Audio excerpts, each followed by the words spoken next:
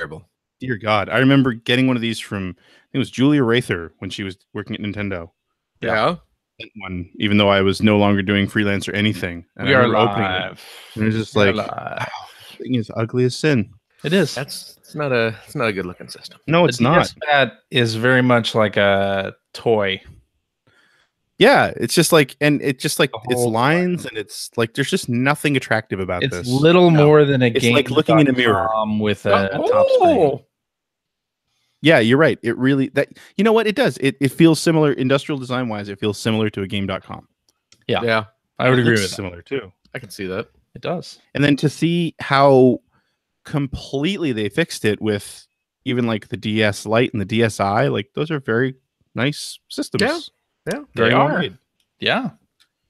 3DS. Well, they were kind of went backward a little bit. Yeah, they kind of. Yeah, you're right. They did. They kind of took. They fixed it there too. Yeah. They fixed it later. And the 2DS XL is super nice. Yes. It gets rid of the 3D, but it's still super nice. Yes. Yeah. Hey, this does play Game Boy Advance games, so there's that. Well, yeah, that is good. And you can do the Rumble cartridge, right? Yes. Yes. Like a Metroid pinball game that did something with that. Metroid pinball includes the Rumble pack. Yep. Mm-hmm. I wonder if I still have my little finger mounted stylus thingy for Mario 64. The little wrist strap / thumb. Didn't they update that, or like on the? I think it's on the 3DS. If you play Mario 64 for the DS, you can use the analog stick. Yes, but it's not analog control. It's not analog control, right? Yeah. Sadly. All right. Hot boy. I got a new pin. Yeah, was it a Player One podcast pin? No, it was definitely not a Player One. Those are only for the elite. Those are rare. No. This is one I got on my own. Okay. And had a reputable and reliable person send it to me. Yeah. Look at this one on this show. Let's see Look at this. Look at that. It's kind of hard to see. It's got some glare. It's something console. You keep moving it. It's like a Tiger Electronics Kawaii console. Is that what it says? Pins, yes. Kawaii console pins. CJ, what is that? That is like a Tiger Electronics. That is a Tiger Electronics. It's a little Tiger LCD game. Is it Turtles? Well, no. Like Castlevania 2. Castlevania 2. First of all, those were the Turtles ones were by Konami, so they did not. They look different. Yeah, they were Tiger elongated. Yeah, Tiger probably made them.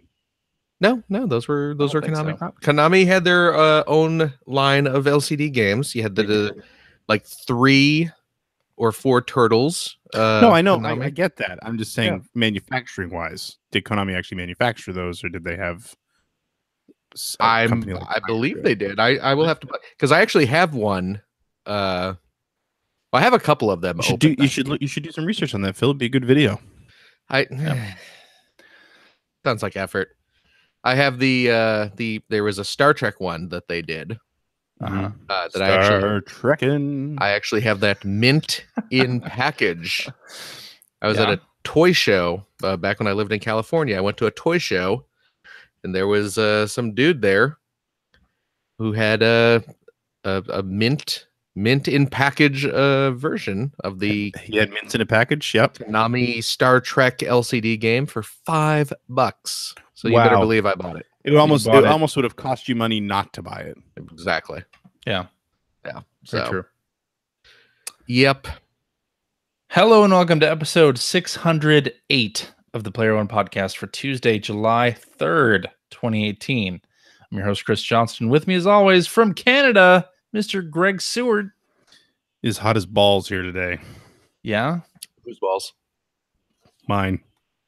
How hot are your balls? It's been a while, so I don't really have the frame of reference anymore. Well, you know, we'll always have Vegas, Phil. Is it hypercolor neon pink? His balls? What? His balls? What are we talking about? Haven't we Haven't we mentioned that on the show? Haven't I told that story on the show? That Greg Stewart has a hypercolor scrotum? No. So we haven't talked about that on the You know, show. I told you that in confidence. It's normally blue, but when you touch it, It's normally blue, but every so also often turns a bright You can pink. see the outline of your hand. It's a bright shade of pink where the hand was. darker shade of gray. Yeah. There you go. So Okay, go ahead and tell your weird story.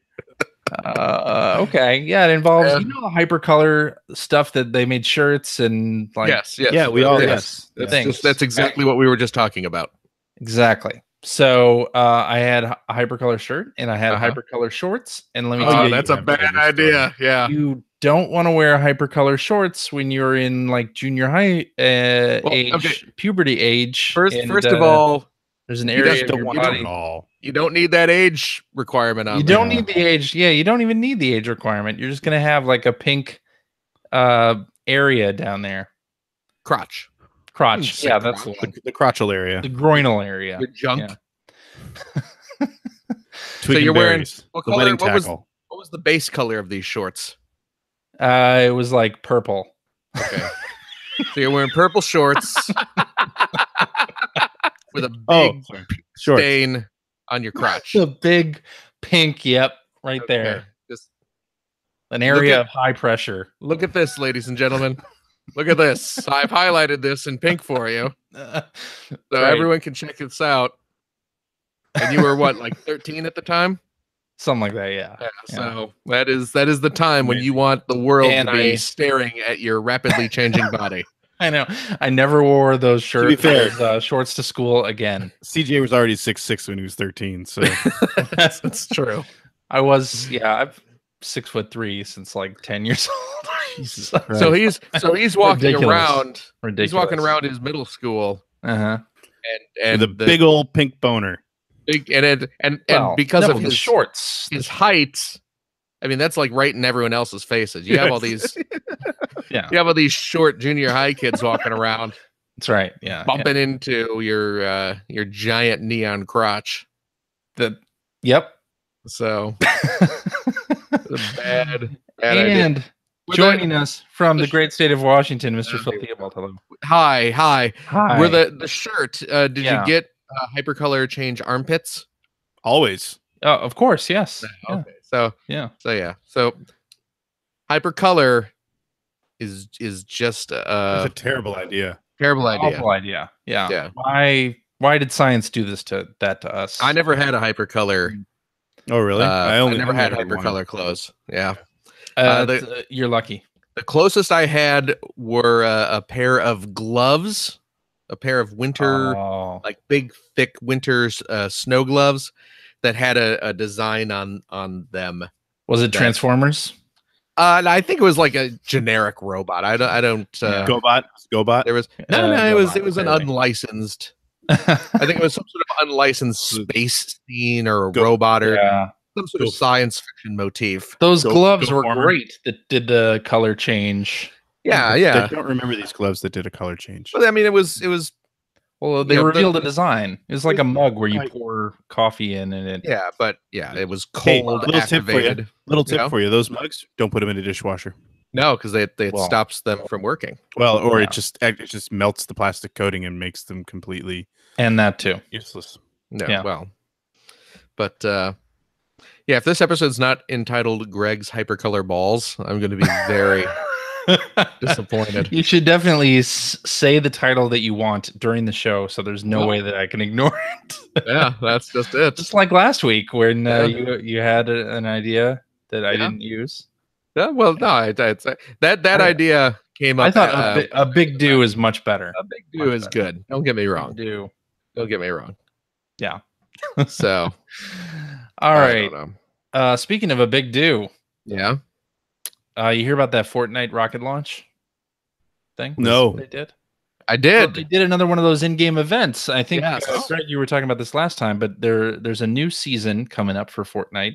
Mm-hmm. This time they had a countdown clock and then launched a rocket in the game, like a one-time event in the game. Okay. It's not going to happen again. Where they launched a rocket and it apparently like hit a ceiling and put a crack in the ceiling. Oh, cool. Yeah. So if you play the game now, the sky has a big glowing. Oh, my son was playing the crack. I should go check it out. Yeah. Yeah, a bunch of people were streaming it, and yeah, That's Fortnite, great. popular game. Yeah, I love that they do stuff like that. It's very cool. I love it I know too. they're not the first to do things like that, but I still love. Sure, but like little in-game events that are only going to happen once. Yeah. That with the countdown clock. That's great stuff. Yeah, it's Love it. It would suck if you're that one person who is in between games when the countdown clock. Oh yeah, my God, yeah. Or what is it? I saw somebody on Reddit, or maybe it was Resetera. They had like because there were so many players, they had a queue basically, and they were in the queue to join a game, so they were not able to see it.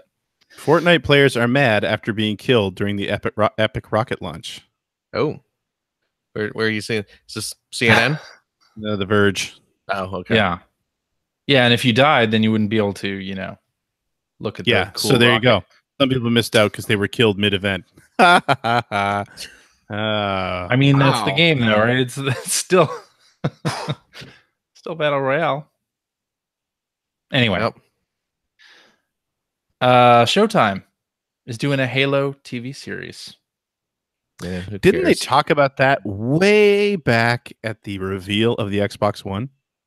I think it was planned for a long time. Yeah, Spielberg was involved in it, Amblin Television, but it just never. It was on hold, or didn't happen. But anyway, it's apparently going to go into production in full production in 2019.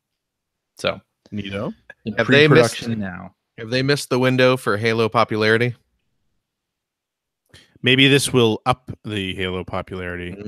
Maybe again. If the show's good. Yeah. I suppose. Yeah. Who's going to be Master Chief?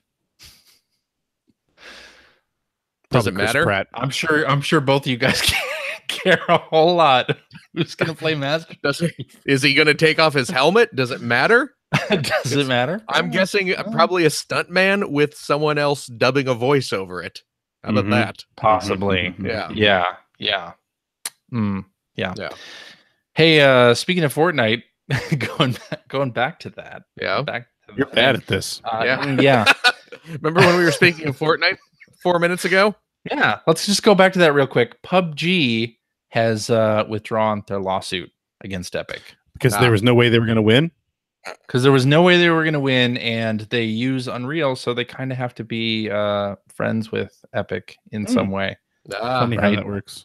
Yeah. Probably a good idea. Did they just forget they used the Unreal Engine? Maybe. Yeah. Well, and PUBG just recently introduced one of them battle passes, or one of those season pass type things. I nearly slipped into dad mode there and corrected you. What's that? Them battle passes. I would just in my mind is like those battle passes. Oh, yep. Yeah. So now they're copying Fortnite in a way. Well, there you go. So you can't sue if you're doing that. But keep trying, PUBG. Yeah. You know what Amy PUBG Hennig stands for? Strangely enough. Yeah. Publication Geriatrics. Not true. Weird name for a game. Not true. Yeah. Hey, remember Amy Hennig? First of all, it's Hennig. Yeah, Hennig. She was. She left EA, didn't she? She's leaving EA and starting a new independent studio. Good for her. Leaving the Star Wars project was on. Sounds like it's less like she's leaving the Star Wars project and EA kind of like took the Star Wars project away from her. Yeah. Well, yes, that's more accurate. That's more accurate. Yeah. So she's starting her own thing. Good for her. I hope she gets a lot of money from somebody. Yes. Because I would love to play more games that have her stamp on them. It would be nice. Maybe she'll go back to Legacy of Kain. Oh, I'd like to play something else that has her stamp on it. But yeah, okay. Yeah. It would be nice to let her make some games, which is something she is clearly very good at. Yeah, true. Yeah, maybe. Oh, I know what's going to happen. Oh, what's that? What fortuitous timing! So you guys know there has been a recent Shaq Fu sequel, right? Right? It's not a Yes. sequel. It's a reimagining, but yeah. Shaq Fu, the legend continues. I got that for free. Shaq Fu, the secret of the ooze. I don't know the actual subtitle. There's probably, I think there's a subtitle. Yeah. Shaq Fu Rebound. Oh, that would have been good. That's probably it is.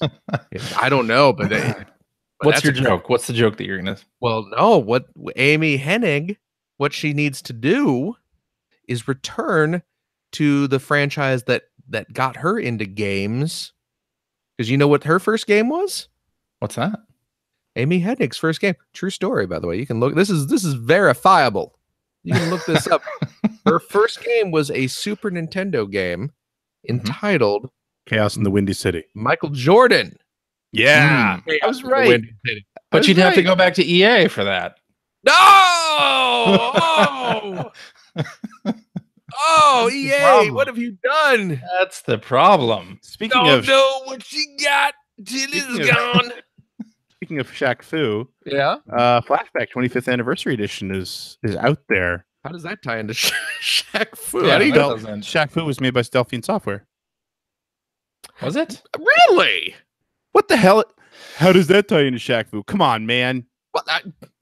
I don't know that. That was the extra layer of disappointment on top of Shaq Fu. Strangely was the enough, fact that this is the company that had most recently made Flashback. Oh, I did not. I did not know that. Yeah. Oh wow. I learned some. You know what they say? You learn something new about Shaq Fu every day. And this was my little tidbit. You got to be open. You got to be ready for that information. But yeah, I'm ready and open, as my hypercolor shorts will reveal. But I just didn't know that specific tidbit about Shaq Fu. And I believe it's 25th anniversary is available on the Switch now, I believe, and on everything else soon. Nice. So it's one of those games that I was telling my team at work. It's just like you really, if you haven't played this, you really should. Flashback was a classic. Flashback's a really good game. So good. And that's when one of the guys that I work with said, "I wasn't alive when this game came out." And then, how long did you cry? He's dead now.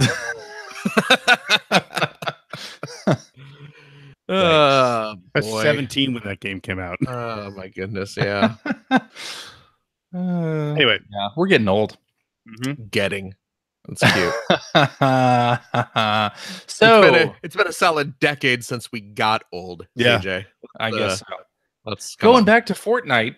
Oh, speaking of Fortnite, I'd rather talk about Flashback, but go ahead. Speaking of, I'd rather talk about Michael Jordan Chaos in the Windy City. Yeah. Sony CEO Sean Layden had a comment about crossplay. When Eurogamer asked him about it at Game Lab conference in Spain, the quote is, "We're hearing it. We're looking at a lot of the possibilities. You can imagine that the circumstances around that affect a lot more than just one game. I'm confident we'll get to a solution which will be understood and accepted by our gaming community while at the same time supporting our business." Sounds to me like we're going to just give you this answer until everyone stops asking, and then just kind of forget that everyone was asking. Fortnite can't be popular forever. Yeah. I don't know. That does kind of sound what they're getting at. Possible. I mean, last year at this time, PUBG seemed like it was going to be popular forever. Yeah. And see what happened there. And I think that's Greg's point. I think you just proved Greg's point. I did. Yeah, I did indeed. But so yeah, apparently they're looking at it. They're looking at it. We'll see. Yeah. They're looking at it, right. And apparently Fallout 76 is not going to have crossplay on PlayStation for the same reason.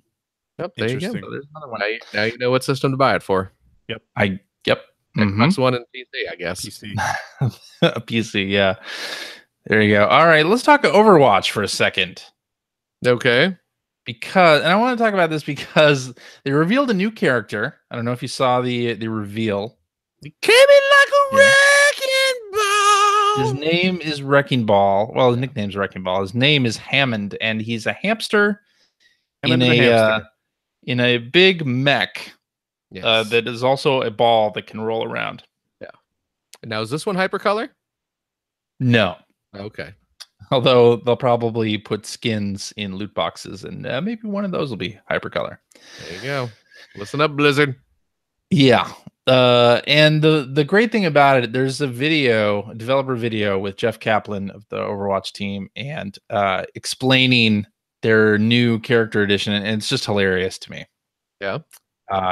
Because at one point he's like, Hammond himself doesn't talk because having a talking hamster would be ridiculous. Right. But his robot does have a voice synthesizer, so the robot, the mech that he's riding in, speaks. Wait, this is funny because doesn't this game have a talking gorilla? this game has a talking gorilla. Okay. So I Okay, thought but the hamster, that's too far. hamster way too far. Yeah. I mean, just looking at his genetic makeup, that's a little too far removed. Like gorilla is kind of like a human. It's close. Yeah. You know, genetically speaking. That's right. But the hamster, no, that's too much. Too much. Yeah. So the hamster being smart enough to pilot a mech suit and build the mech suit. Oh, the hamster built the mech suit itself? Yep. Okay, so the hamster can build and pilot a mech suit, but not speak. Speak. That would be crazy. Yes. Yeah. Okay. Yeah. Okay.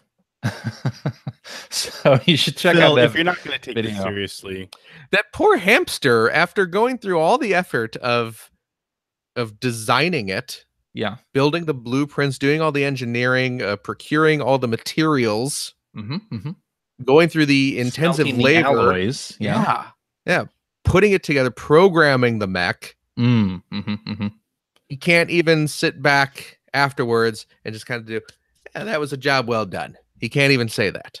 He just has to kind of look at it and go, chit chit chit, chit chit tree. Well, the mech can speak.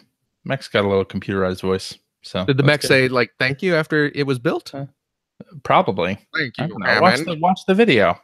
Hammond, you did a good job, little boy. Are we still talking about this? It's up on the test realm that they have, and this is big news, Greg. So I watched a couple matches of basically everyone playing this character, and the character has like a little grapple thing, so it can like grapple and swing, kind of like Spider-Man, or like a wrecking ball, like his there you go. Yeah. Like his nickname, and it looks hilarious, and I'll definitely be going back to Overwatch to play that. Okay. Speaking of games we could go back to and play in new ways, Mario Kart 8 Deluxe now supports Labo's handlebar controller. The little, that's pretty great. Yeah, it's cute thing there. Mario Kart 8 got an update last week to support that. That's pretty cute. So you can build, and then play Mario Kart with a controller that you built. Yeah, that's cool. Yeah, that's pretty awesome. That's neat. I like it. Sources say that Google is planning a video game platform that could take on Xbox and PlayStation. Yeah, apparently it's going to be a streaming box, similar to like OnLive, or Nvidia has a service that does this as well, that you can stream games to. Yeah, apparently they were meeting with developers and publishers at E3 talking about this project. So it's apparently a real thing. The Google Box. Google Box, yeah. Probably not the final name. Probably not. No. What do you think about the idea of maybe they'll call it the G Spot? That would be a pretty good name. Sold. I just pre-ordered 3. Yeah. The only problem is what? Can't find it. You go in the stores, you won't be able to find it. Hey! Yikes! Me and you know what, Greg? You and I are going to go start our own podcast. Let's drop this dead weight and go get our own show, because we clearly are in sync. Yes. Hey. So yeah, I guess we'll see what happens. I guess we will. I guess that's not really much to say.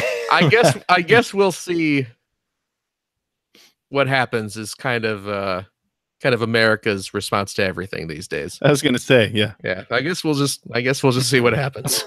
Isn't that on boy. the book? Isn't that on the book the Statue of Liberty is holding now? Isn't that? That's yeah. I guess we'll see. That's what's written on our tablet.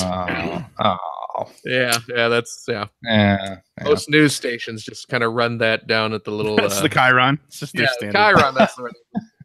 Guess we'll just see what happens. Still here. Yep. Yeah. So anyway, there's a piece on Kotaku that Jason Schreier wrote that people should check out if they are interested in hearing more about Google and their upcoming game platform, which is religious rumors. I saw a piece on Kotaku this week. I think it was recent, talking about somebody's general malaise with open world games and games that just don't have endings anymore. Isn't that like 5 years too late? No. I mean, what they were getting at, and they were actually using Zelda, using Breath of the Wild as an example, where it's just like, but that does have an ending. Nowadays, yeah, but he was sort of getting into this situation like nowadays with these games, I don't ever finish them. I just kind of walk away after I get bored. Yeah. Oh yeah. And I totally agreed with that. I do that with games that have like a shit ton of things on the map. Like I just don't know where to go next. At least Breath of the Wild didn't really do that until don't start with your apologies. No. Until you found the thing, until you were already there, didn't put a thing on the map. But if like Assassin's Creed or whatever, you get to the top of the tower and you jump off it and land in the haystack, it just kind of gives you 50 different icons. That's what I'm saying. Gives you things to do. I don't understand it either. But anyway, it was an interesting article. That's all. Yeah. Okay. I don't normally go to Kotaku, so okay. All right. They probably still won't. All right. I guess we should talk about what we've been playing then. Okay. Phil, how about you go first? Well, first of all, hi Phil, how you doing? Doing great, Greg. Oh, there's a new Bloodstain demo. Yeah, no. We'll get to this. First of all, that Jurassic World movie was dumb. It was fun. It was dumb. It was better than the last one. That's like saying something really bad is better than something else that's slightly worse. What was really great, we were when I went and saw it, I actually went and saw it with an old friend who I haven't seen in like 10 years. How old is it? She. Oh, how old is she? She's about 4 years younger than me. Oh, well, that's not that old. No, but we're old friends. We're not friends who are old. We've been friends for a long time. I understand. Okay. Anyway, we went and had dinner first, and then the waitress was we were paying our bill at the end, and she was asking, so you got any plans tonight? What are you guys up to? It's like, yeah, we're gonna go see the new Jurassic World movie, or the new Jurassic. We said actually the new Jurassic Park movie. Yeah, like because it doesn't matter. Yeah, and she was like, oh, the first one was one of my favorite movies ever. Right. And she continued to talk, and it became clear that when she said first one, she meant Jurassic World. And we just sort of burst out laughing because we had just been sitting there talking about how old the original Jurassic Park movie was. Right. People went and saw that, and then clearly, it was pretty clear that this waitress probably wasn't even alive when Jurassic Park came out. But right. But anyway, Jurassic World. I don't know. I liked that they did something a little bit different with it. There was a little bit too much disaster porn at the beginning, which I've never been a fan of. I'll tell you what, you were right about it being two movies, though. Oh, big time. I mean, just like there's like a hard cut. It's like the first half of the movie is we're going to go to the island. The first half of the movie is the movie you think it's going to be. Yeah, we're going to the island, and there's a volcano, and we got to save dinosaurs. Yeah, and then it just now watch this island explode. And then it's a smash cut to now the rest of the movie takes place in a mansion. Yep. And it's like it's like the first Resident Evil game, but with dinosaurs. Yeah. Like I said, that's what I'm saying. I at least appreciated that they did something I was not expecting. Right. We can argue how good or bad. Spoiler tag this whole thing. You are. This stuff. This is not spoilers. Okay, we're going to be talking about the Adventures of Captain Spirit later, anyway. So you're going to have spoiler tag the whole episode. Oh, okay. No. Okay. But I'm gonna give away two moments in this movie. These aren't spoilers. These are just ridiculous things that happen. So when Ethan said spoilers. They were always spoilers, but go ahead. Yeah, I know, but I'm not Ethan. Okay. So at one point in this movie, a dinosaur smells a gas leak and then runs out of a room before it explodes. Mhm. And like, Huh. and it's like, Smart. What do you want? it's like, this room's going to blow up. I got to get out of here quick. And then it does the very Hollywood thing of, the room explodes and the dinosaur jumps at the last second, and that kind of just blows him out into the hallway. Sure. Yeah. And then at another part, a dinosaur. This is when Die Hard goes out the window. a dino. There's an evil. This is when human. Wall Street gets arrested. An evil human is coming after a dinosaur. So the dinosaur plays dead. It plays dead. Yeah. Mhm. Dinosaur drops to the ground, plays dead. Animals do that. The bad guy sneaks up on him, and then the dinosaur. Oh, this scene is pretty bad, but it's great too. The dinosaur is lying there with its eyes shut, and the bad guy is right behind it, staring at the dinosaur. And then the bad guy kind of looks away, and then as the bad guy looks away, the dinosaur opens up its eye. Oh no! Looks right into the camera and smiles. And smiles. What?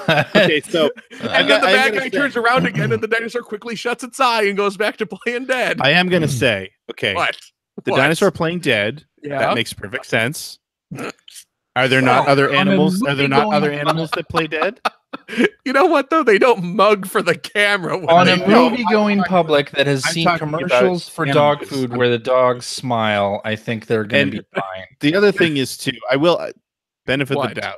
What? The dinosaur does smile, yes, Yeah. but benefit of the doubt. I think he it also practically winks at growls the at that camera. moment, so it's actually supposed to be baring its teeth. I think. But Do it you does have smile. scientific evidence that dinosaurs could not smile? Right. Prove me wrong. Well, you know Prove what? it. Remember when we were kids? Yeah. When we were kids, dinosaurs were all big lizards. That's true. Science has proven many things in the past 40 years. How do you know it hasn't proven dinosaurs can smile? Now they are large reptilian birds I love that are acutely aware of the fourth wall. Just what they are. Hacker alias Channing King in the chat totally got what I was asking earlier. Do any animals play possum? Exactly. There you go. The playing dead thing, Yeah. I was willing to accept that. Yeah, but the whole smile. I mean, it stopped just short of going, yeah, I'm gonna get this guy. Yeah. Yeah. It was great. I loved it. It was Great popcorn movie. It was stupid. Great popcorn movie. It was better than the last one. that's not a The recommendation. last one was okay. The last one was not okay. Entertaining enough. The only memorable thing about the last one was that poor executive assistant who Yeah. was Oh, murdered well. for about 40 minutes on screen. Yeah. Yeah. That would have been funny if your waitress had said that was her favorite part of the That would have been too. Oh my god. You're getting a bigger my tip. favorite part is when that assistant who was always on her phone gets Bitch, she was killed. always on her phone. Yeah. Oh. Boy. Alrighty. Anyway, so yeah. So Talk about It blood. was fun. it was dumb. So the Bloodstained, the fake Castlevania game from Yes, Iga. I forgot this new demo was out. Yeah, it's I don't know, is it the E3 demo?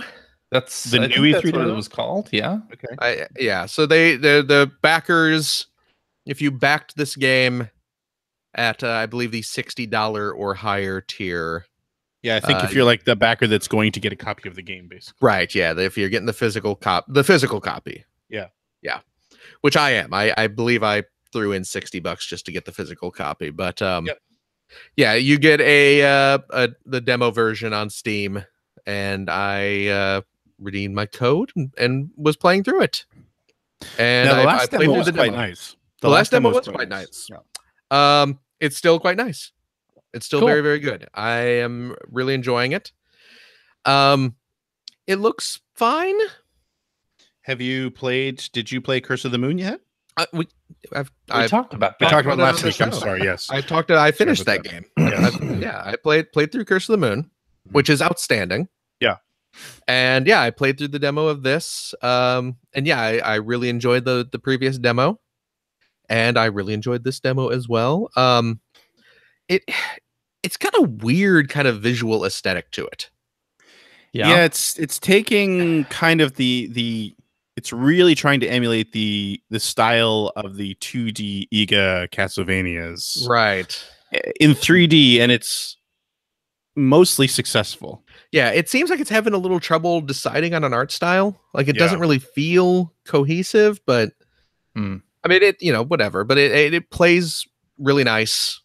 Throughout the course of the demo, you get a wide range of weapons. It's like Symphony of the Night, where you find weapons in candlesticks or enemy drops or something like that. So I found like a gun and a knife and swords and big two-handed swords and whips and all sorts of things. So you get a good variety trying stuff out. You have there's the mechanic now where if you kill a bad guy, you might randomly get a like a magic power from them. Okay. Which kind of took me by surprise the first time it happened, because you kill an enemy and this like giant crystal dagger will fly out of them and then zoom in and stab you through the chest.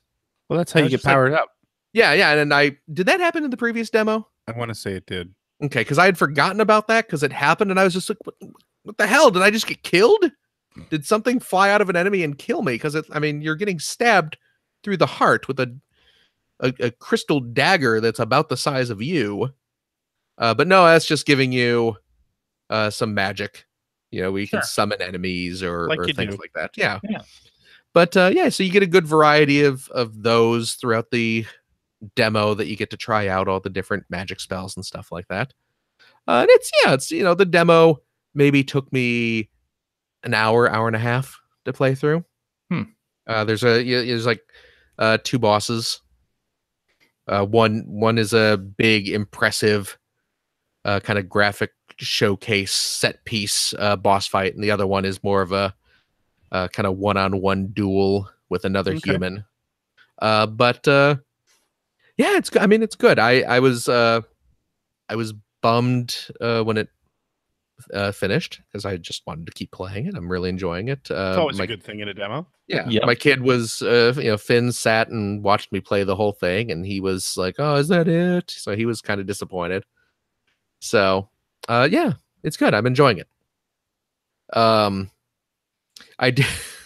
posted this on Twitter a little bit ago. I don't know if I know CJ saw it because he commented on it. So, Kickstarters, a lot of Kickstarter, because this game was kickstarted. Yep. And a lot of games, maybe not so much anymore, but there are a lot of kind of a common Kickstarter reward for video games is you get your face in the game. Yeah.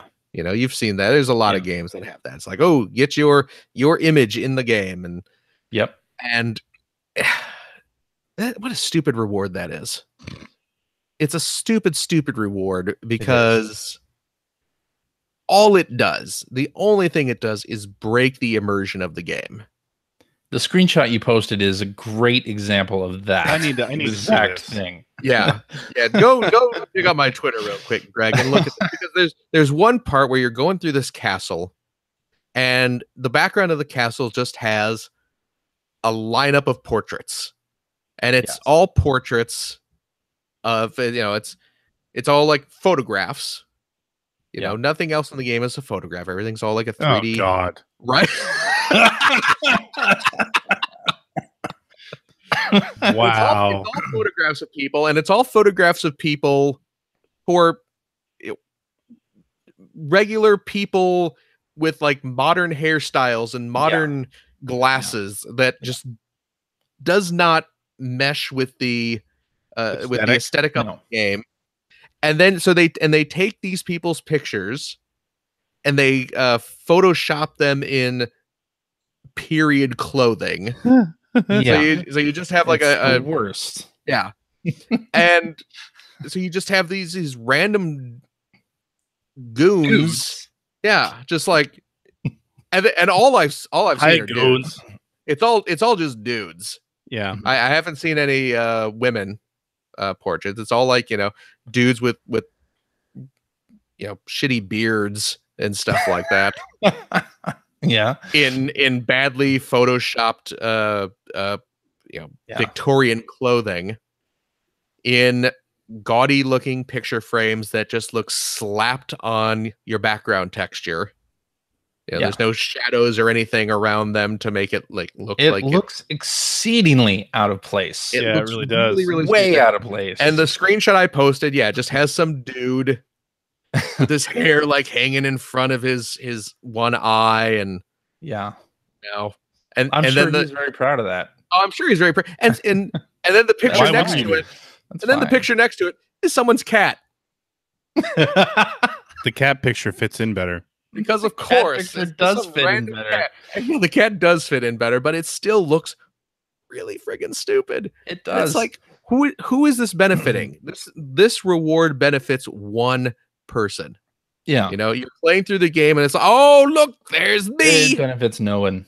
There's me in the background. And so one person gets a kick out of it. Everyone else is just looking at this going, who the hell is this person? I don't care.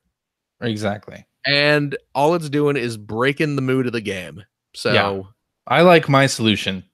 Of course you do. It's your solution. I like my solution best. It's not a bad solution. And I think, in fact, I played a game that did this. Oh, yeah? I don't remember which game it is.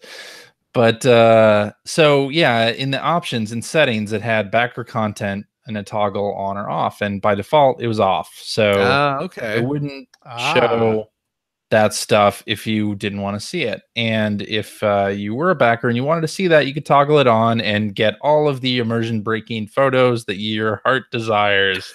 Right? Yeah. Makes sense. So I would really like to see them do that, because I did not back the game. Yeah. I would just be playing the game as a normal consumer, and I don't like what I saw on Twitter feed. Right. I don't think I could stop laughing. It's so stupid if I looking. ran into that. It's so stupid looking. It is. So it is. And it's like, the game is great. I'm really enjoying the game. I'm really looking forward to playing it, but come on, man. Yeah. Just no. Get that stupid shit out of the game. It's great.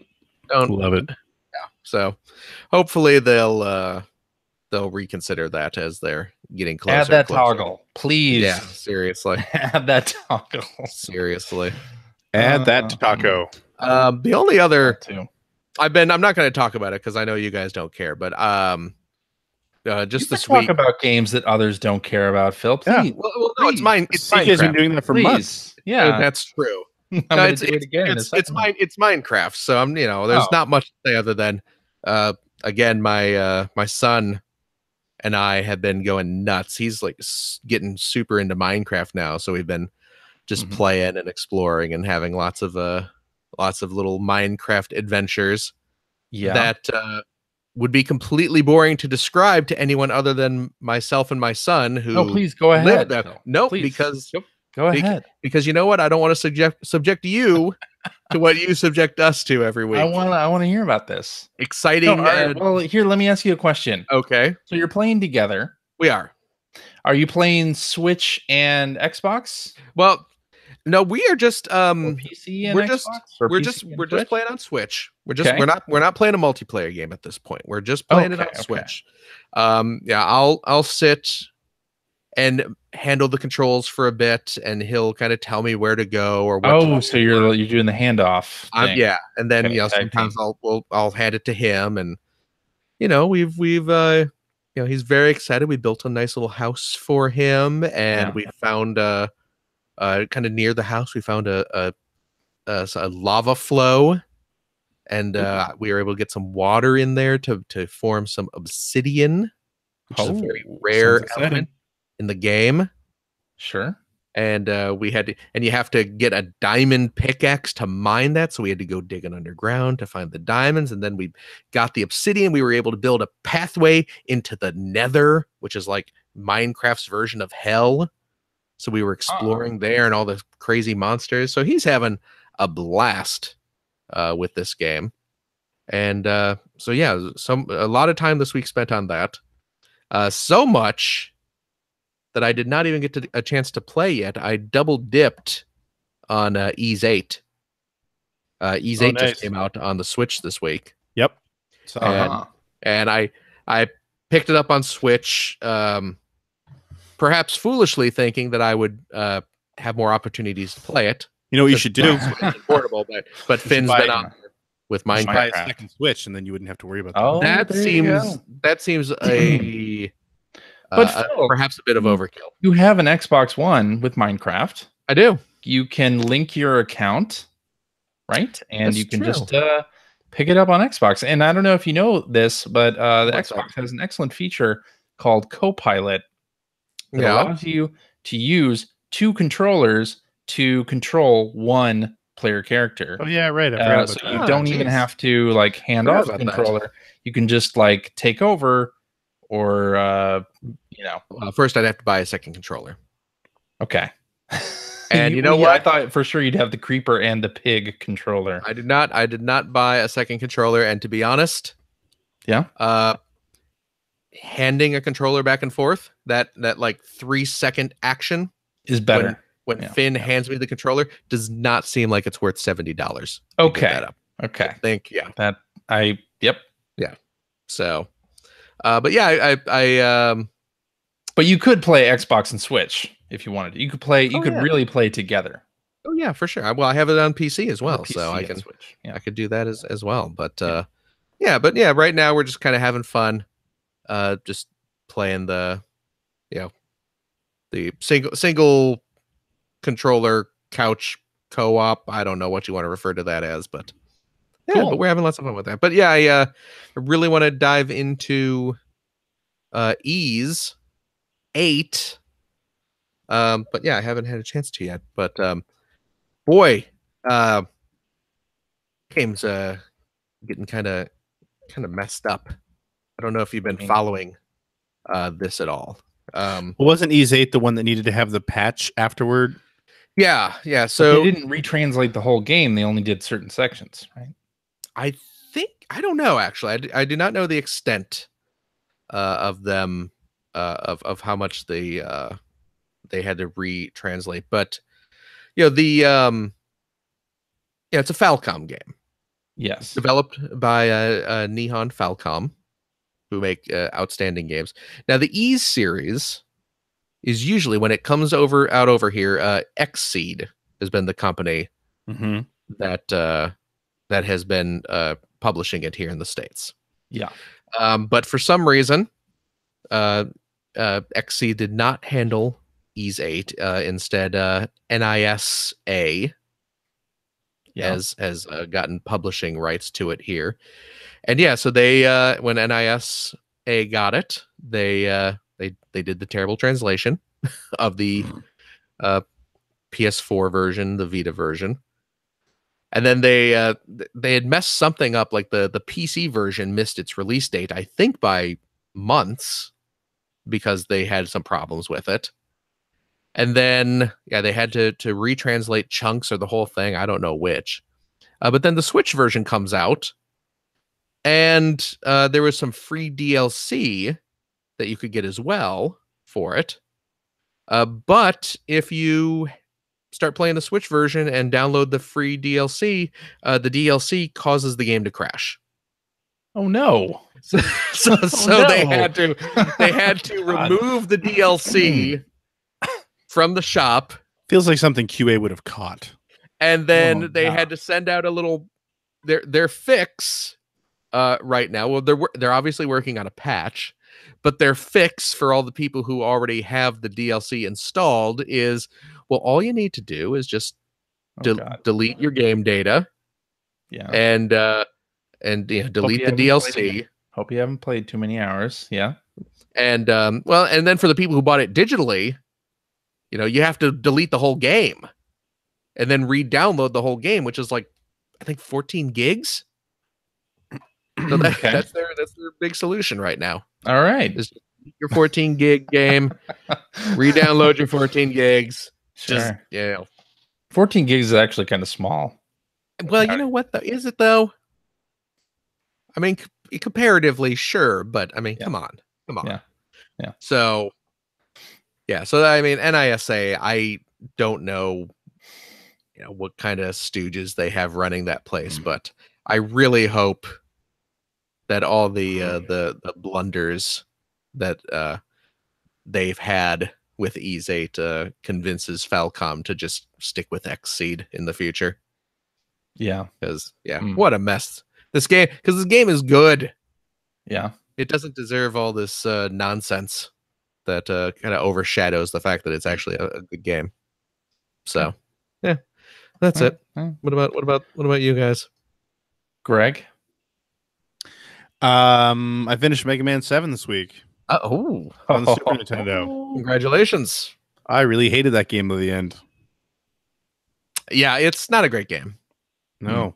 It's definitely one of the weaker is it Mega just bad level design, or is it frustration, or you know what it is? I think I mentioned it before last time, which was weeks ago that we talked about this, but it's really pretty, and it's got fantastic sprites. Like it's beautiful. The sprite, the character sprites especially are beautiful. They're very, very nicely animated. They're way too big. Yeah. So they look fantastic, but there's just no room to move in that game at all. Yeah. There's the usable real estate area is compromised by the giant and like Greg said, very, very lovely sprites. Yeah. I think Capcom was a little too excited about the graphical capabilities of the SNES in making big cartoonish characters. But it's weird because this came out after Mega Man X. Yeah. Like after they'd gotten it right. Right. So it was just kind of weird to see them get it wrong. But anyway, I finished that. So that's cool. I can sort of cross that off the list. That's one of the Mega Man games that I've never actually finished. So cool. So that's out of the way. I'm going to play some Mega Man Soccer this week. Oof, I've never done that. Yeah, I know. Sorry about that. Give it a shot. It's not good. And then those two, the two arcade fighting games that I think a lot of people don't really know about. Yeah. Battle. Well, there's Power Battles and Power Fighters, I want to say. Which was just Power Battles 2, wasn't it? Maybe. I don't know. Yeah. But yeah, I mean, that's finished. Was playing some Dynamite Heady. This week. The first game where we all started to realize just how weird Treasure was. Because Gunstar Heroes was awesome, but it was, sort of just a very creative Contra. Right. Dynamite Heady was just like, this is really bizarre. But really good. I'd forgotten how much I enjoyed that game and how varied the levels and the things you could do in that game were. With Dynamite Heady, of course, you're running around and he attacks with his head. He literally throws his head at things, and then you can actually switch heads out, which actually it's kind of like Kid Chameleon in a way, where you switch heads out and it gives them different abilities. But the bosses I found, I'd forgotten how varied the bosses were in that game, and they do some really cool things. Like there's one boss that's a marionette, and it actually walks out of a stage, and the presentation is fantastic. You walk across this stage, and there's a curtain in the background, and all of a sudden the lights go out, and a light shines in the back, and behind the curtain you can see the silhouette of the boss you're about to fight. Then he walks out and splits in two, and it turns out that the top piece is controlling a marionette, which is the bottom piece. And if you defeat the bottom piece, you still have to fight the puppet master. And now that his strings are free, he actually uses them as weapons. But what he does is he'll actually grab your head and he'll start hitting you with it. Like you'll start swinging it around. And I'd forgotten that things like that were happening in that game, right? So it was a really enjoyable experience, actually. It's a tough game, but yeah, I probably hadn't played it in 20 years. So it was really, really enjoyable. Dynamite Heady, you should check it out. But the main new game that I played this week was, of course, the Life is Strange precursor free game that they released, that Don't Nod and Square Enix released, called The Adventures of Captain Spirit. So did you guys play Life is Strange? I have not played it yet. You should play Life is Strange. So this is a direct I'm working really hard not to use the word prequel, Phil. A direct predecessor to it leads directly into Life is Strange 2. Right. And I guess spoiler warning. It's it's not a long game, couple hours. You probably play through it a lot quicker than that actually. But it's weird. I'm really impressed by it and by the story that it tells, but also a little bit not as impressed as I thought I'd be. So you play as a kid who is his alter ego is Captain Spirit. And I have to say that I really love the way like the whole game takes place in his house and his yard, basically. It's just him and his father. So all you really start out with is that it's him and his father, and he has this character he's made up in his head named Captain Spirit. And he's just like any other kid. He's like has actually, I think the whole game starts out where he's playing with his action figures and they're having battles and everything like that. But it's really beautifully done in such a way that it tells you almost nothing. You're thrown into this kid's life, and like the first major events that happens is you actually go out because your dad calls you out for breakfast. And then there's a conversation there with him and his dad, and you just start to pick up snippets of the very recent past for the two characters based on their conversations and based on some of the things you find around the level. And basically what it turns into is it's a story about it's a story about a kid who's dealing with a single parent who is an alcoholic. Mm-hmm. But it doesn't just come out and say that. And it's just, that's what I really like about it. You sort of learn it through sort of the actions you can take. And of course, what the father does during the duration of the game. But I think for me, the thing that I really like the most about it is that, I like the way that it reveals the story, but I also like the way they actually depict the father, who they don't play as sort of cartoonishly evil. Like, it's not this overtly evil character, but they build it up in such a way that there's this sort of looming sense of dread while you're playing, because as you start to realize what he is and who he is, and how you see him drinking actually during the game, and then he finally passes out, and you kind of like everything that you feel like you have to do if you want to accomplish the different objectives in the game, playing as this little kid, in the back of your mind is always like, okay, if I do this, is he going to get mad at me? Because they establish early on that he gets violent when he's drunk and that sort of thing. So it's a really interesting sense of dread while you're playing, but at the same time, this villainous character isn't like an overtly evil villain. He's actually just got a lot of pain, basically. And they just play it really well in the character. So I was super happy about that. I mean, and kind of expected that level of storytelling, because Life is Strange was fantastic. It was so good. So, yeah, although it did feel a little bit ham-fisted at times, I have to say. But overall, it was really well done. It's free. It's and like Thorbon in the channel is saying that you can beat it in like 30 minutes as well. There's a bunch of objectives that you don't actually have to complete. But I played it for about 2 hours before I beat it. Yeah. But really, really dug what I played, and made me even more excited for Life is Strange 2. So, and it's free. Cool. Play it. Play it now. That's it for me. Okay. Alrighty. Well, I've been playing Sea of Thieves. Surprise! I know you're all surprised. Please don't act shocked. There goes. Nah, just kidding. Just too much fun. So they started a new event this week. They're doing different in-game events every 2 weeks now, and this week is called Gunpowder Skeletons. Yeah, you've been posting about this all week. Yeah. Well, the update went live on Thursday, and basically now waves of skeletons. When they come out of the ground, there's usually one or more that also have gunpowder barrels, and they will run towards you with them and then light the fuse on them. And it kind of goes crazy. Playing a multiplayer game, a lot of us were going to the Ferry of the Damned often, which is where you go when you die in the game.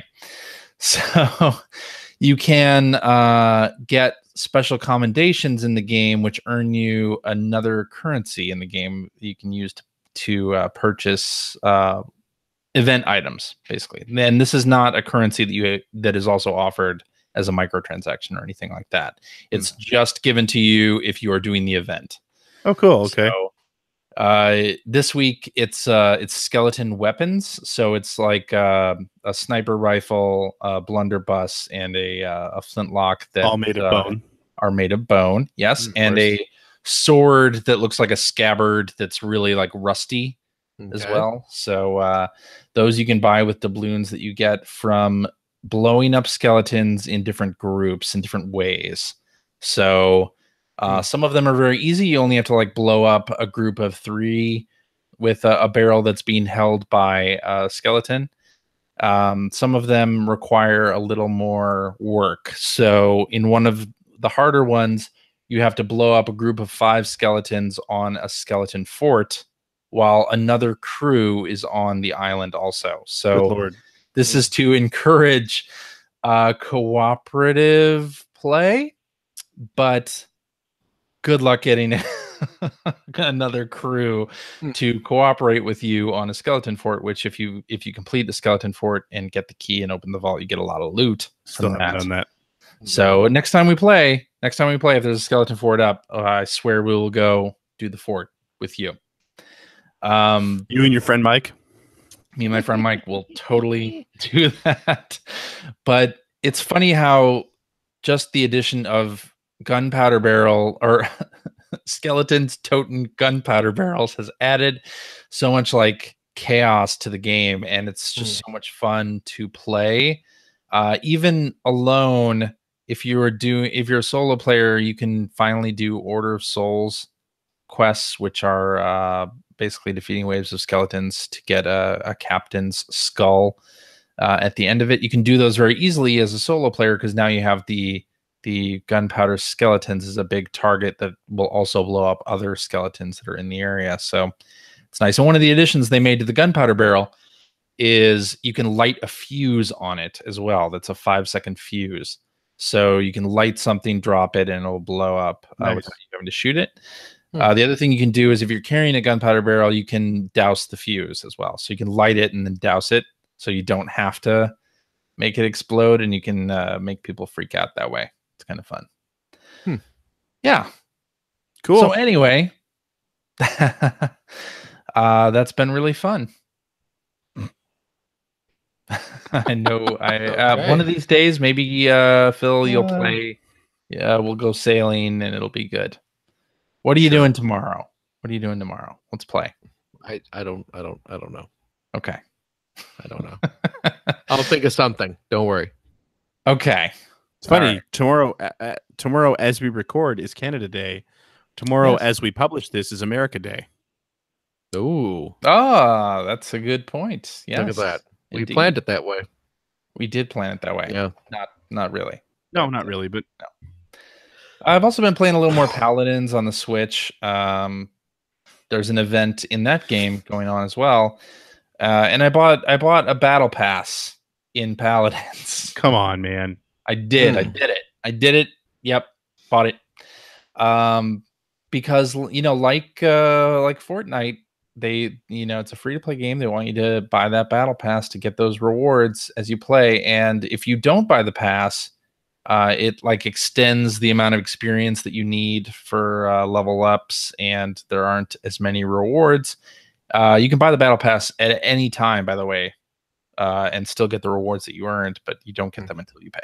Anyway, so I bought that, and it adds like 50% experience to all of your battles, and it seems like an interesting way to monetize a free-to-play game that doesn't make you feel bad about it.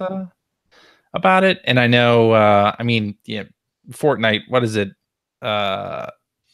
Didn't they say that most players, the average spend is like $84?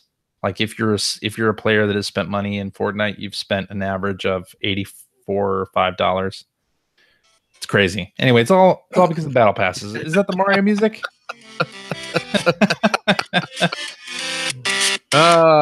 That's not the real deal, though. It's the best I can do. I don't have Like my a hackneyed version of the Mario thing. Okay. You can put it down now. You can put it down now. I'll stop talking about Paladins. Anyway, it's a fun little on Switch. And that's what I've been playing. And how about PUBG? No, never. No, I've not been playing PUBG. But I've been watching people play Realm Royale, which is the Battle Royale version of Paladins. Anyway, let's go to tweets. Tweedly deedly dee. Tweedly deedly dee. Tweet. I feel like tweet. Phil's just not into this show anymore. There you go. Tweet. Who There we walks go. in the treetop all the day long? You know, if Phil's not cutting it, I do have that the tweet song on the soundboard. Robin going tweet, rockin' Robin, tweet, rockin' Robin, tweet. Oh, rockin' Robin, 'cause we're really gonna rock tonight. You sound just like Michael Jackson. Yeah. Thank you. All right, we ready to do this thing? Every little swallow, every chickadee, every little bird in the All right, pond. Hacker Alias P.O. Rowe says, have you ever got to the final boss in a game you have loved, and instead of facing the boss, gone back and completed every little subtask just so the game won't end? This has been me with Samus Returns for the last week. I will regularly do that in Metroid games and Castlevania games. Yes. Yeah. Yeah, especially Metroid and Castlevania. Yeah, because it drives me nuts if I see like, oh, there's a little spot on the map I didn't actually search yet. So yeah. Yep. Indeed. I didn't do that with Breath of the Wild though. No, I just wanted it to be over. All right, Hacker Alias. Plus, hey, if you didn't get the DLC, you couldn't tell where you've been anyway on the map. Good design. Yep. Hacker Alias, I finally watched, says, what is your favorite video game based off a cartoon? Favorite video game based off a cartoon? Yes. I mean, there's the amazing Genesis version of Disney's Aladdin. That's what I would say. There's also the SNES version, which actually has good gameplay, though. Nah. Definitely DuckTales, right? I think that's your old membrane. DuckTales. That's a great answer. Yeah. DuckTales, a very good answer. You know what? I'm going to throw this one out there. Transformers Devastation. Quite good. That's a good one. That's a very good one. Robotech. I'm going to call out Robotech Battle Cry. Pocket Really Morty's. enjoyed Battle Cry. Pocket Morty's. I'm also going to call out Invasion because I worked on it, but Battle Cry was better. Yeah, there you go. Get all the ones you worked on out of the way. There you go. Rick and Morty Virtual Reality. Yeah. Yeah. But DuckTales, right? I think DuckTales. That's some of the Teenage Mutant Ninja Turtle games are good. Oh yeah, right. And Simpsons arcade game. The Batman and Robin animated series game from Konami on the Super Nintendo. This one, yeah. Yeah. How about the Genesis one? The Genesis one was really good, but way too hard. The tough game. Way too hard, but very tough game. Technically very impressive. Yeah. Yeah. Well, what are some other? Because there's stuff like the DuckTales and the Darkwing Duck on NES. So a lot of those kind of classic ones and some of the Genesis ones as well. But like Transformers Devastation. I'm trying to think of more modern ones. And there aren't too many. Well, I mean, considering you don't get a lot of companion games for things anymore, right? It's not like it was. I mean, the stuff you're talking about was a little more evergreen, but yeah, I mean, even then, those games were made based on the shows being popular, right? It doesn't tend to happen as much anymore. Yeah, right. I wonder, in part, is if it's because shows like even on Disney, like they do like very small episode runs now. Like it's not like a big commitment. I think it's a general shift though in the business model because you don't get a lot of companion games for movies anymore. That's either. true. Like That's it's been that way for over a decade now, really. Yeah. Yeah. That's like I think like the first Iron Man movie was probably one of the last times I remember that happening. Yeah, that's true. Having the game based on the big summer blockbuster movie. Yeah. Yeah, I mean, there hasn't been there's no Infinity War game. No. But then you have things like The some mobile Jurassic thing or Park, something. what is it, Evolution that came out Right. recently? The Yeah, but park I wouldn't count those as one of my favorites. But yeah, Sure. But it's timed for a movie release. yeah, and it's just related it's not to the same. franchise. It's not the same thing. I find. Oh, I agree. I agree. Yeah. And you had all those Lego Dimensions stuff. Yeah, but I mean, again, those aren't. Yeah, They're certainly not based on a cartoon or they're not meant to Simpsons? tie into. But yeah, but I mean, that's not Powerpuff being Girls? sold as like a Simpsons Adventure game Time? or a Powerpuff Girls game or an Adventure Time game. Yeah, I guess you're right. It's like a little add-on world. And Yeah. now that said, though, there have been several Adventure Time games. That's true. Just Yeah. none of them. I mean, and the ones I've played were not bad, but not anything I would throw out there as like, oh, you should really play. Yeah. What about that Kim Possible game for PS2 that you love, right? Isn't there that one? Don't you like that one? I don't think I've ever played a Kim Possible game. No? I don't think so. I don't think I've ever seen an episode of Kim Possible. no. I thought we were talking about that, and you said it was good. What? Maybe not. Okay. Well, I have a Kim Possible game that somebody told me to buy. I assumed it was you. Who's telling you to buy Kim Possible games? I don't know. Maybe. I guess I can't say for sure. I mean, you're talking like PS2 era? Yeah, PS2. Maybe I did play a Kim Possible game and it turned out to be good and I told you to buy it. That maybe. I don't remember that, but I guess it's like Sinbad being in a genie movie. The Berenstain Bears. It's just you know what I will say?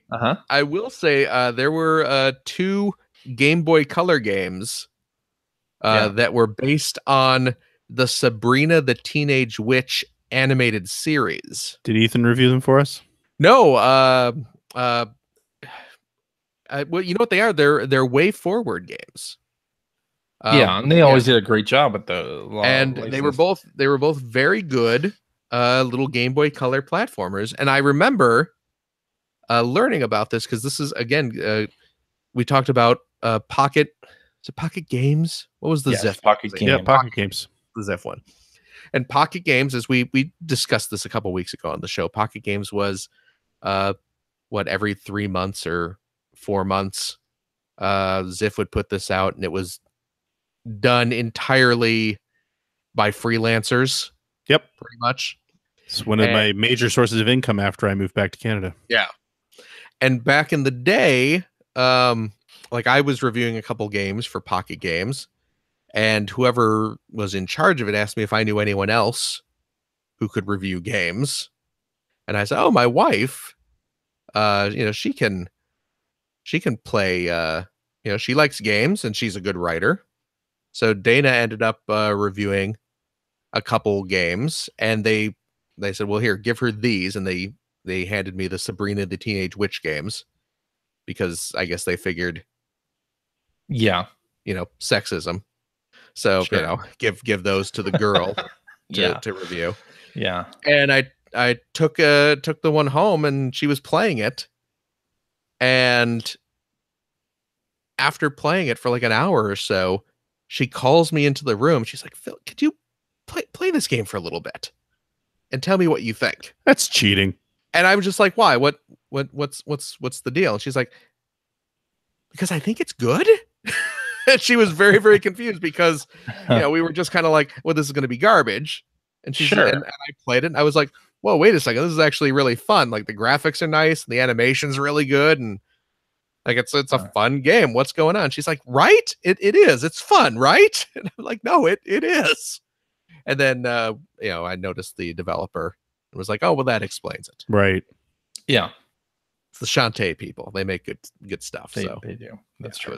I was like, no, you're not crazy. This licensed video game based on a cartoon, based on a sitcom, based on an old Archie comic. It turned out to be pretty okay. So, all right. Yeah. Follow up from I finally watched. What's your favorite cartoon? My favorite, like ever? Yeah. Of all time? All time. That's a big question. That is a big huge question. I can't pare that down. I have many. Yeah, I can't pare that down. Robotech done. Well, Greg can pare that down. Well, which Saga? Macross. Easy. Okay. Well, fine. Greg knows. You guys be making this seem like it's so difficult. No, I don't know. There's a lot of good shows, man. That's true. There are a lot of good shows. And I mean, like, but there's not one that stands out for you that's like not really, because I mean, like, watch so much, and like I've watched Robotech at least 100 times, and I pick it up now and watch it right through again. It's so good. Right. It is so good. Right. Yeah. Like there's not one that's like that for you. I mean, I have a few. Like I really love Avatar: The Last Airbender. Sure, is outstanding. I really love Gravity Falls. Mm-hmm. Yeah, outstanding. I enjoy Rick and Morty. Yes, never heard of it. I love the fan base, maybe not as much, but I enjoy Rick and Morty. That might be my answer. That's my answer. The ones you enjoy, because I mean, we could all sit here and rattle off a dozen different types. Right, but I mean, those are all kind of the top tier stuff for me, and I don't know if I can, because like when I watch Last Airbender, I'm watching that for a way different reason or type of mood than I'm watching Rick and Morty. You know, so I don't know, but you know what, like. Gravity Falls, Airbender are probably right up there. You know, those are very high tier ones for me. I don't know. CJ? Rick and Morty for adult animation. Right. Anime, Full Metal Alchemist. See, I think the difference in you guys and me is that I stopped really sort of watching cartoons. Yeah. For the most part. That's your first mistake. That's your first problem. Yeah. Then in terms of cartoons, probably He-Man or Transformers. Back in the day. Have you watched any of those recently? No.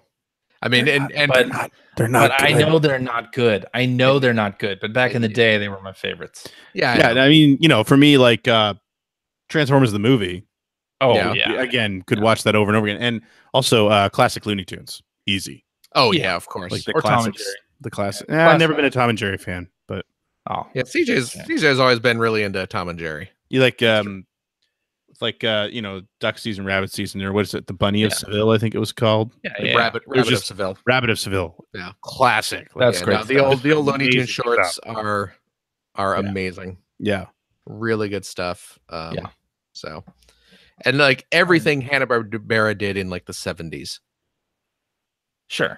All those like Scooby-Doo ripoffs that Jabberjaw and Speed Buggy and the Amazing Chan Clan. Yeah. And, sounds racist. No, it was Hanna-Barbera in the 70s. You bet it was racist. But all right. Yeah. Hacker Alias, the Dutch Slayer, says, did anyone watch SGDQ 2018 this week? If so, any faves? I watched a couple of them. Not many. I watched the Mega Man 7 run because it was like the day after I finished the game. It was interesting to see that. What was the other one I watched? I watched one of the Streets of Rage games. I think it was 3, maybe 2. Okay. It wasn't the first one. I watched Castlevania, the original Castlevania. I think it was like a 12-minute run. Yeah, that was pretty impressive. I did not watch any. I watched the Super Mario Maker race that they had today. That was great, and it made me want Super Mario Maker on the Switch. How do you speed run Mario Maker? So here's what they do: they have level creators. They have level creators create new levels specifically for SGDQ, and then they have Mario players play through them and race as a team. So it was great. Okay. Yeah. I just fun to watch. I for some reason speed runs just doesn't click. I'm not usually into them either. I love watching speed runs if they're not tool assisted speed runs. Like those are just ridiculous. I like to see somebody like master a game so much that they know exactly like the fastest route to that was the thing for me, like watching the Castlevania run was super impressive, just because it was like had it down to such an art where, you know, and he was explaining, I mean, I know a lot of them do this, and I probably sound ridiculous because I'm not really into the speedrun community, so this is probably very normal. Sure. But like the guy who was running it, where he was sort of saying everything that he was doing, like he would walk into a level like with the Medusa heads where you had to, it's like the second level or something where you come up the stairs and you have to walk all the way to the right, go up to this next level, walk all the way to the left. It was like, you know, okay, he came up here and he swung his whip at a certain point and he said, I do that because it resets the Medusa heads. And the next one that flew in, he jumps up and hits him, and the damage knockback knocks him to the next level. Right. Like, and just watching like the amount of memorization required for that is so impressive. I mean, the races are good too. Like I watched a Contra Shattered Soldier race, which was pretty cool. But the speed runs like the Castlevania one are way more interesting to me. And he wasn't even really using glitches or anything. Like it wasn't a bug that he was exploiting. Right. It was really impressive. Indeed. All right, let's wrap up with this one from Hacker Alias Blarcade, who says, with Google apparently making a streaming-only console and EB Games / GameStop turning more and more into toy stores featuring video games, what are some of your favorite memories of buying and browsing dedicated video game stores? Oh my God. And of course, this comes on the weekend that Toys R Us is those pictures are so sad. Yes. Toys R Us. You see, there was somebody who had like, it's amazing what you'll find when the shelves in the Toys R Us get picked up or like moved, and one was a ticket for Tetris 2 on the NES. Oh wow. Oh really? Yeah, I thought that was awesome. Man. I mean, yeah, let's talk about that. We've talked about this on the show before. Like we didn't have Toys R Us here when I was growing up. No. But we would always take our summer vacations down to New Hampshire and Maine, and there was the Portland Mall down there, which a lot of Canadians would go to shop because it was actually cheaper to buy things in the US and bring them back. And they had a Toys R Us, and I remember going to the mall and spending an hour in the Toys R Us video game aisle back when they had the tickets with the little boards, you know, all the game cartridge boxes were there, and you'd flip them up and you'd see the back of the box, and just an hour going through all that stuff. Like, definitely, so many memories. Yeah, I think, just based on this question here, fond memories of browsing video game stores. I think the Toys R Us aisle with the little flip cards is probably everyone's top answer. Yeah, that's the top answer, sure. I mean, come on. So or like the KB toys, like behind the counter, where they usually had everything on like hooks, but you'd see like 5-10 copies of Super Mario Brothers 2 just hanging there. Awesome. Yeah. So what we did have here though were a couple of locally owned stores, and there was one called Game World, where I ended up working eventually, but it was the same thing. Like the main one was in a business park, and it happened to be the same business park where my uncle we housed the race car. My uncle drove. So on like Saturday, my dad would go over in the morning to work on the car, and sometimes I would go help, and sometimes I'd just go with him, and he'd drop me off at Game World, and I'd just hang out in the store all day because it was huge, and it was a rental place, so there were games on demo as well. But like it was all the games that were for rent were on boxes on the boxes for those games were on pegboard all around the store, so you could go and just browse, and you could pick up the box, you could read the back and all that sort of thing. And it was also a retail store, so that's where I rented and bought most of my games when I was like a teenager. So those years. And actually my best friend Jim, he worked there. That's how I met him, and I ended up working there eventually as well. Very nice. Great store. Cool. Really great store. Yeah. Or even like rental stores back in the day, that were fairly large. They'd have like the boxes out, and it wouldn't just be like Blockbuster where they photocopied the box or something. No, they're the actual box. Later, there was the actual box. Yeah. And usually in the earlier days of game rentals anyway, they would have the game in the box right behind the box or like the plastic box that had the game inside behind the retail box. That was always a fun time. And then they started putting those behind the counter for obvious reasons. I'm sure. Were you shoplifting? Not me, no. Yeah. CG was in the room behind the beaded curtain. Yeah. Yeah.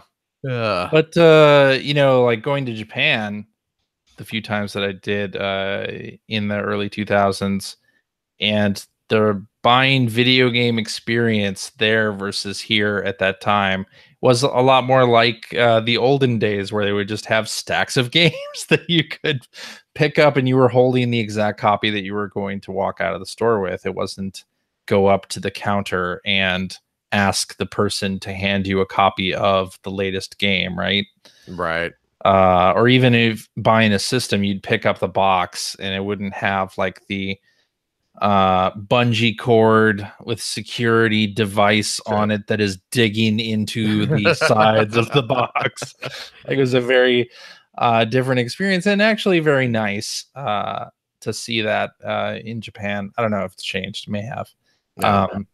But those were good days. Now when you go into a store and you see like a collector's edition that has one of those bungee cords around it and it's ripped like halfway into the box, like who's gonna even buy that? Like who would buy the collector's edition that has all that dinged up box?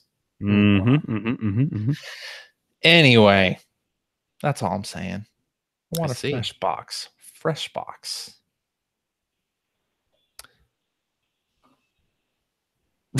You say something there?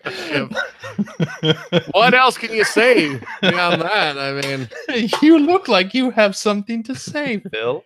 Do you? I do not. I have absolutely nothing to say about your fresh box rant. I need a fresh box to put my hypercolor balls in. I need a fresh box to change from purple to pink. I need a fresh box. All right. Not one that's been all bumped and dinged. I need me a fresh box. Okay. Yeah.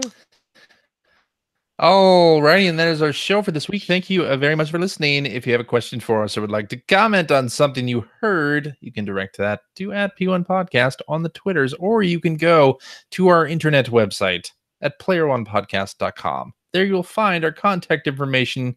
You'll find blog entries about Sega CD stuff that Greg wrote years ago and is probably not relevant now. You'll find Generation 16 episodes. Yeah, the rough cut of the new episode is very close to completion. I've made a lot of progress this week. So excellent. Coming soon. Excellent. We also have one of them Discords. You can find those Discords to that. Well, okay, fine. You'll find the link to that in our show notes, which are also on our website. We put links to all the stuff that we talked about. So check that out or something. And on our website as well, there's a message board because we're still doing that message board thing in 2018. You can talk about video games with, and also this episode with us and our other listeners.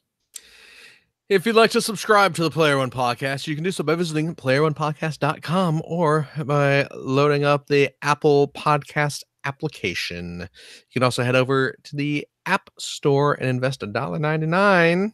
Cheap. Pick up the Player One Podcast iPhone application. It gives you one-touch communication with us via the emails, the Twitters, the what have you. You also have all of our episodes ready to stream right to your listening device. And hey, Android cell phone, telephone listeners, users, I guess. The Player One Podcast iPhone application is available for your listening device as well for that same $1.99.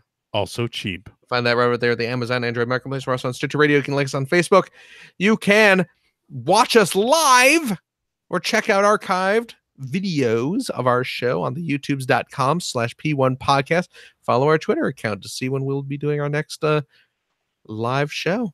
Usually on the weekends, usually on Sundays, but hey, today's Saturday, so you never know what's going to happen with this crazy show. True. Hey, and if you like what you've heard, and how could you, you can head over to patreon.com/P1podcast. Throw a few shekels our way. It keeps CJ flush in season passes for games that Greg and I don't care about hearing. And oh my God. And for those watching the video of this show, you will see CJ just put on a chivalrous new chapeau. his Sea of Thieves. I don't know what you're talking about. No. Cap that he is now taken off. You're too old to wear a cap with a flat brim, CJ. Yeah. Well, you don't like the flat brim? No. Oh. Also, you know what? CJ, first of all, yeah, the flat brim doesn't. Yeah, you're too old for that. That's a Hello Fellow Kids picture if I've ever seen one. Also, that is CJ. Hello, kids. Take the sticker off the hat. You can't do that. You're not supposed to do that anymore. Yeah, why not? You're not supposed to do that, and you're supposed to leave the label on there too. See? What? Why would you do that? That's what the kids do now. What the kids do. Yeah, CJ's like an old man, though. That's true. Not when he wears that hat. I'm 20 years younger. Hello, fellow CJ, high school students. CJ slamming his Monster Energy drink, and you know it. Playing my Fortnite.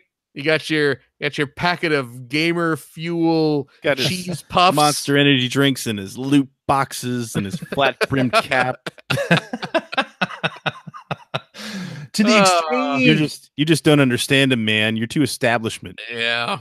Great. Hey, and if you're a Patreon supporter of the $5 or higher tier, you also, in addition to the warm feeling in your heart of helping out a podcast, not going to say your favorite, not going to say one of your favorites, but we are beyond any doubt. Sure. We are a podcast. Yeah, we are a podcast. Yep. But you also get access to a special bonus episode every week, a post show where we discuss old games, old game magazines, and CJ or our listeners, our wonderful listeners, give us quizzes to compete.